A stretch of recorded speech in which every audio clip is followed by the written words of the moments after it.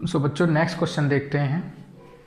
इसमें हमको प्रूफ करना है कि इस डिटर्मिनेंट की वैल्यू 0 होगी। तो हम इसमें प्रॉपर्टीज़ यूज़ करने का सोचेंगे। अंडरस्टैंड?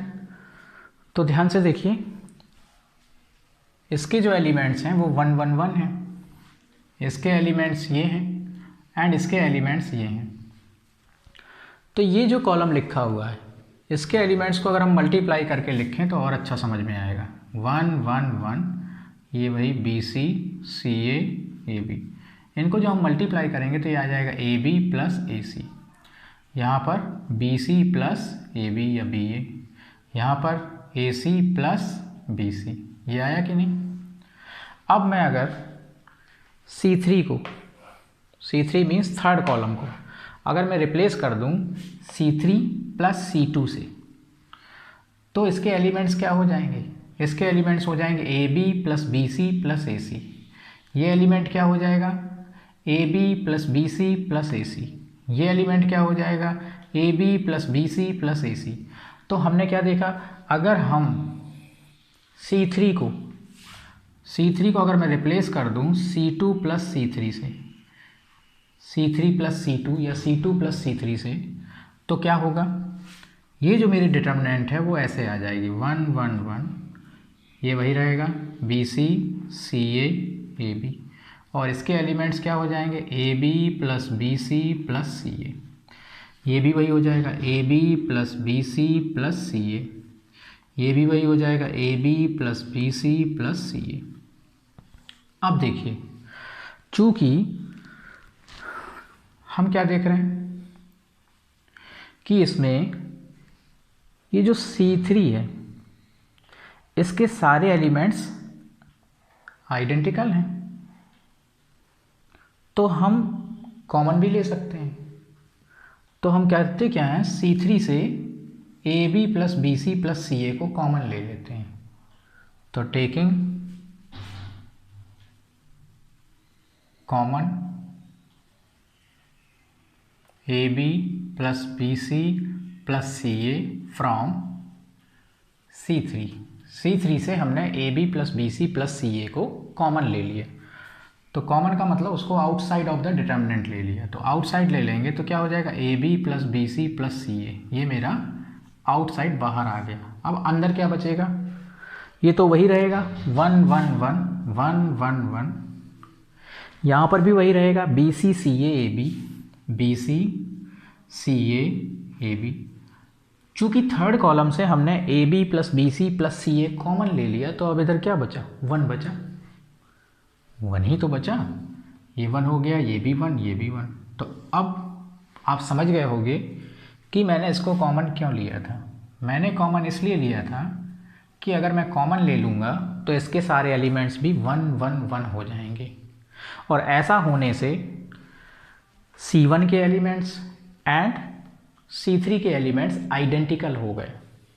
और चूँकि 2 कॉलम्स के एलिमेंट्स आइडेंटिकल हैं, 2 कॉलम्स के करस्पॉन्डिंग एलिमेंट्स आइडेंटिकल हैं, इसलिए इस डिटर्मिनेंट की वैल्यू यहीं पे मुझको पता चल गई, क्या होगी? 0। तो ये हो जाएगा A B plus B C plus C A और इनटू में 0। तो 0 इंटू समथिंग 0। तो इस टाइप से मैंने बिना एक्सपेंड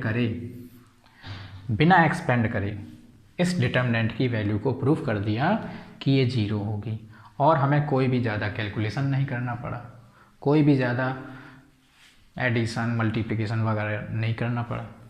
तो हमें डायरेक्टली उसको एक्सपेंड नहीं करना है बच्चों। मैं बार बार कह रहा हूँ कि अगर हमें किसी डिटर्मिनेंट की जो वैल्यूज़ हैं वो अननोन टाइप की हैं, अननोन टाइप की का मतलब ए बी सी के फॉर्म में हैं, एक्स वाई जेड के फॉर्म में हैं, तो हम उसको डायरेक्ट एक्सपेंड नहीं करेंगे। हम क्या करेंगे? हम प्रॉपर्टीज़ की तरफ ध्यान देंगे कि इसमें किसी प्रॉपर्टी का यूज़ करने से इसकी वैल्यू डायरेक्टली तो नहीं आ जाएगी।